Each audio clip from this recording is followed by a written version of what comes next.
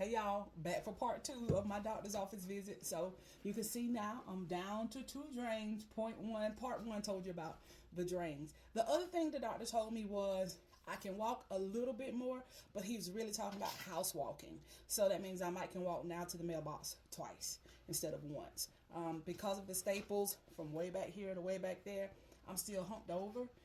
And it's very tiring to my legs and stuff when I walk. So I just still have to take it easy. And he says I will have to take it easy for a minimum of 4 weeks. So if you're considering this surgery, this is not something that you're going to quickly bounce back from. My doctor is very particular. He's the one that kept me in for 3 days because he wanted me to have 3 days of IV antibiotics to prevent infection before I came home, to make sure I had a good solid start.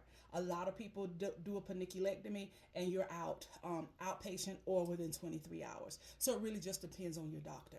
I also can't sleep in the bed yet. Now, I'm going to come back to that. I can't sleep in the bed yet. He still wants me to be at 30-degree angle or higher. I'm supposed to be sitting down. No shower yet. I got to take an airplane bath. An airplane bath is where you clean the wings and the motor. Okay, so he said, you know how to do it. You know what to do. So I have to take an airplane bath. We were asking about the water, like what areas could we just clean a couple of areas, and they said no. That's why we're using the ointment, the antibiotic ointment, and I call it silver, but what is it called, babe? The stuff that you put on Acticoat. It has the antibiotics and stuff in it. And he said he'd rather not wet it because once you wet it, it's like a petri dish. And so we can't wet anything. So we're just doing airplane baths right now. Still have to sit up. Cannot get in the bed right now. Need to walk just a little bit more. But I will be on downtime for 3 more weeks. So we can do that. The last thing I want to tell you is my third night home, I had the brilliant idea to sleep in the bed. And I had my big pillow, so I'm on the big pillow, and my husband made sure I was up. I was elevated real good. It felt so good to be in the bed, right? But I woke up about 3 a.m.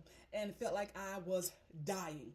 Everything around my core was on fire because I had slid down off of that pillow, and I'm in my home bed, so there's no rail to pull up on. I don't want to wake my husband up, and so you see me, like, think of somebody that's drowning, and they're like trying to find a way to grab onto something and grip something. It was so comical, but it was also so painful. I had to wake him up, and I'm just laid out in the bed until he can come around, swing my legs off the bed, and help roll me out the bed. So I am still in the recliner. But when we get to that place, I have the supplies that I need to try it again. Love y'all.